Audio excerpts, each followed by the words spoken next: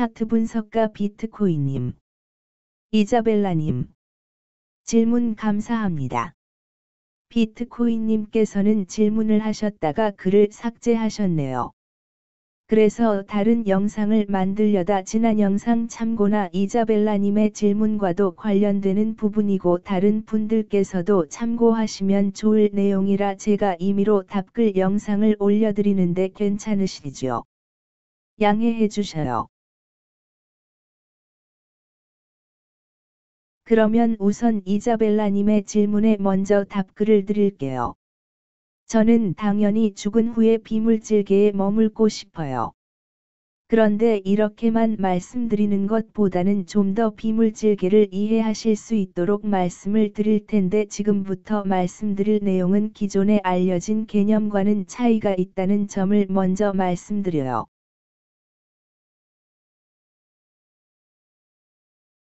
보통 물질계와 비물질계를 요계, 색계, 무색계로 나누는데 여기서 요계는 물질계를 의미하고 색계와 무색계는 비물질계를 뜻하는데요. 흔히 색계를 미세한 물질계라고도 표현하는데 이것은 참 정확한 표현 같아요. 색계는 여전히 육체를 비롯해서 살아있을 때의 모든 형상들이 만들어지는 세계거든요.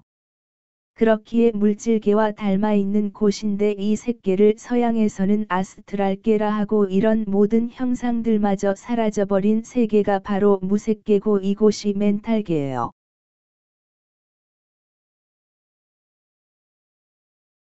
깨달은 분들은 바로 이 멘탈계에 머물게 되는데 멘탈계에 머물 수 있다면 장점이 많아요.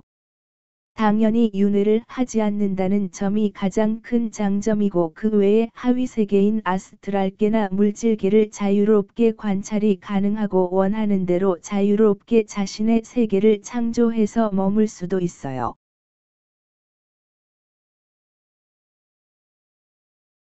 그리고 비물질계도 우리가 편의상 구분을 하는 것이지 뚜렷한 경계나 따로 구획이 되어 있는 세계는 아니라는 점도 기억해 두셔요. 우선은 이 정도만 알고 계시면 이하에서 말씀드리는 내용을 이해하시는 데 도움이 되실 거예요. 그리고 비트코인님. 당연히 육도윤회가 있어요. 다만 기존에 알려져 있는 것과 제가 말씀드리는 것에는 개념상의 차이가 있는데 이것을 잘 이해하려면 세속적인 마음과 깨달음의 마음, 그리고 비물질계의 법칙 등을 좀 아실 필요가 있는데 최대한 이해하기 쉽게 말씀을 드릴게요. 혹시 설명이 부족해서 이해가 잘 안 되시는 부분은 앞으로 다루게 될 영상들을 시청하시다 보면 이해가 되실 거예요. 기존 개념의 악인은 지옥도, 악귀도, 축생도에 태어나고 선한 분은 인간계, 아수라계, 천상계에 태어난다고 하죠. 그런데 축생도와 인간계는 물질계에 속하는 것이고 이외에 나머지는 비물질계에 따로 구획된 세계가 있는 것이 아니고 스스로의 마음이 만들어내는 것인데 죽어서 사막도 중에 악귀도나 지옥도 같은 곳을 만드는 분들은 그곳에 영원히 머무는 것이 아니라 다시 환생을 하게 되는데요. 이럴 때 축생계로 태어나게 되는 것이에요. 물론 꼭 악귀도나 지옥도 같은 곳을 만들지 않더라도 집착하는 마음에 따라 축생계로 태어나는 경우도 있어요. 또한 이곳 물질계에서 수행을 열심히 하시던 분들은 여전히 비물질계에서도 자신이 좋아할 만한 장소를 만들고 그곳에 오래 머물며 수행을 하시는 분들도 계신데 이런 분들 중에는 비물질계에서 깨달음을 구하시는 분들도 계셔요. 이것은 유체 이탈을 한 후에 바로 육체 옆에서 호흡 수행을 해보면 평소 호흡 수행이 중요하다는 것을 아실 수가 있어요. 이것을 해보시면 처음에 다소 황당한 체험을 하시게 될 텐데 이것은 수행을 전혀 해보지 않았거나 호흡 수행이 아닌 다른 수행을 하시는 분들에게는 도움이 되질 않지만 호흡 수행력이 좋으신 분들에게는 상당히 유용하거든요.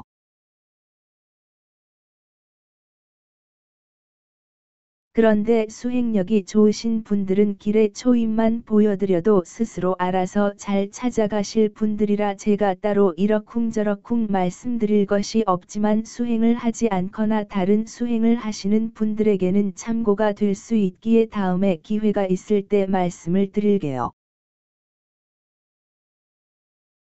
어쨌든 비물질계에는 물질계 못지않게 다양한 분들이 계셔요. 그리고 여기서 천국이나 지옥 등을 만든다는 의미는 스스로 알고 만드는 것이 아니에요. 스스로 알고 만드는 것은 깨달은 분들이 할 수 있는 일이고 그렇지 않은 분들은 그냥 자신의 마음이 자신도 모르게 지옥이나 천국 혹은 물질계와 비슷한 장소를 만들어내는 것이에요. 예를 들자면 자신의 욕망을 위해서든 혹은 다른 무엇 때문이든 늘 누군가를 해하려는 마음을 가지고 있는 시가 있다고 하면 이 사람이 죽어서 비물질계에 진입했을 때 자신의 마음과 동일한 존재, 즉 누군가를 보면 해치려는 존재를 만들어내는데 이때 만들어내는 존재는 시의 마음이 어떠냐에 따라 그리고 실제 얼마나 어떤 피해자가 있었느냐 등에 따라 하나일 수도 있고 수백 혹은 수천 이상일 수도 있고 잔혹성에도 차이가 있고 그래요. 그리고 이것은 지난 영상에서 비물질계는 상상이나 추측을 하면 상상하거나 추측한 대로 보이거나 감정에 어울리는 대상을 보게 되는 것과 같은 원리라고 말씀드렸어요. 잘 아시죠? 그리고 이 존재는 물론 허상이지만 본인은 실제 하는 것처럼 느끼게 되는데 이것도 지난 영상에서 말씀드린 것처럼 사람들은 죽은 후에 자신이 죽었다는 사실을 인지하지 못하고 살아있다고 생각하기 때문인데요.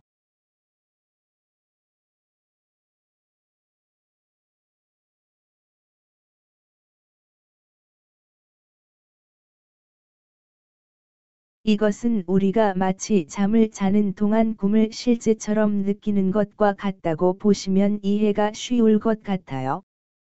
그리고 망자들의 시간 개념이나 사고 체계를 아시면 이해가 좀 더 쉬우실 텐데 이것은 다음에 다른 영상에서 말씀을 드릴게요.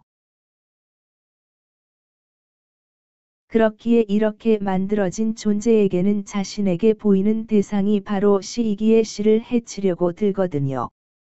그렇기에 시는 어둡고 음침한 곳에서 자신을 해치려는 존재들을 피해 다니며 두려워하게 되는데 이것을 관찰자의 입장에서 보면 지옥이 따로 없겠죠. 그리고 이렇게 고통을 받다가 동물이나 곤충으로 환생을 하게 되는 것이에요. 흔히 책에서는 욕계, 색계, 무색계를 31의 세계로 세분화하기도 하고 물질계인 욕계에 비물질계가 섞여 있기도 한데 이것은 책을 통해 공부하시는 분들이나 재미삼아 구분해볼 일이지 수행자에게는 전혀 와닿지 않는 분류예요. 이렇게 나누어지지도 않고 전혀 현실성도 없어요. 그리고 이러한 이유들 때문에 뭔가를 배우고 체험하기 위해 혹은 다음 생을 선택해서 태어난다는 말은 옳지 않은 견해예요. 그런데 제가 이렇게 그릇된 견해들에 대해 지적질을 하는 이유는 시작이 잘못되면 결과도 잘못될 수밖에 없기 때문에 그래요. 달을 가리키면 적어도 손가락 끝이라도 봐야 할 텐데 붓다의 얼굴만 보면서 오, 이 양반 레게머리? 뭐 이런 생각이나 하고 있으면 안 되잖아요. 어쨌든 이것도 상식적으로 생각해 보시면 답은 나와요. 뭘 배우고 체험하기 위해 거듭 윤회를 한다면 배우고 체험한 것들을 기억이라도 해야 할 텐데 그렇지를 못하죠. 뭘 배울 게 그리 많아서 기억도 못하면서 계속 윤회를 할까요? 왜 누구는 연쇄살인범이 돼서 끔찍한 살인을 배우고 체험하고 있을까요? 이게 배우고 체험할 일일까요? 이게 과연 배우고 체험하기 위해 선택해서 태어날 일일까요? 또한 이런 이론에 아트만까지 끼어들면 더 황당하고 심각한 문제가 생겨나요.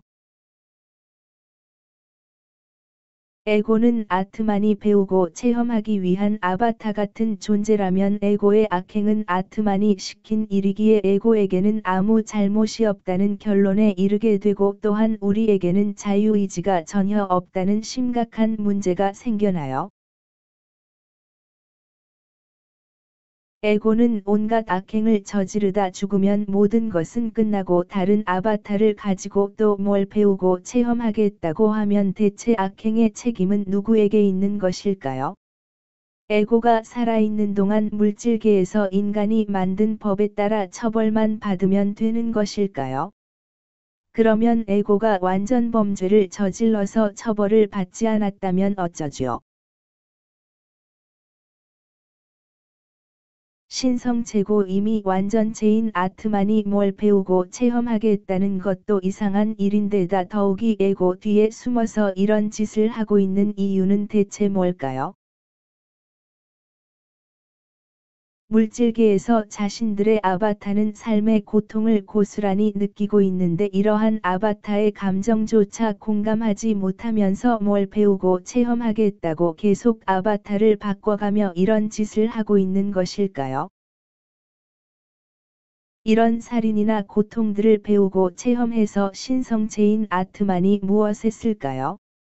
이것을 어떻게 해석해야 할까요? 그럴듯한 이유라도 만들어서 붙여야 할 텐데 이러면 또 다른 모순과 오류가 생겨나게 되죠. 악하고 안 좋은 것은 에고가 혼자 한 일이고 선하고 좋은 것은 아트만이 한 일이라고 해야 할까요? 아트만이 잠시 화장실이라도 간 사이에 에고가 혼자 나쁜 짓이라도 한 것일까요? 아니면 시비선악을 분별하지 말라는 말로 물타기라도 해야 할까요? 무분별지도 지난 영상에서 말씀드린 적이 있어요. 이것은 우리의 마음을 평온하게 만드는 하나의 방편은 될 수 있지만 깨달음의 지혜나 핵심 가치가 될 수는 없어요. 그러면 이것을 한번 생각해 보셔요. 우리는 살면서 수많은 선택의 순간과 마주하게 되는데요. 우리가 어떤 것을 선택해야 할 때 그 결과가 나에게는 유익하지만 다른 사람들에게는 해로운 경우와 나에게는 해롭지만 다른 사람들에게는 유익한 경우에 나에게 유익한 것을 선택한 결과로 다른 사람들이 괴로움을 겪는다면 이것은 시비선악을 분별하지 말아야 하는데 분별을 했기 때문에 생긴 일일까요? 아니면 나에게 이익이 되는 것을 선택해놓고 고통받는 사람들에게는 당신들이 분별을 해서 괴로운 것이니 분별하지 말라고 해야 할까요? 무분별지가 나에게 이로운 대로 갖다 붙일 수 있는 참 편리한 깨달음의 지혜네요.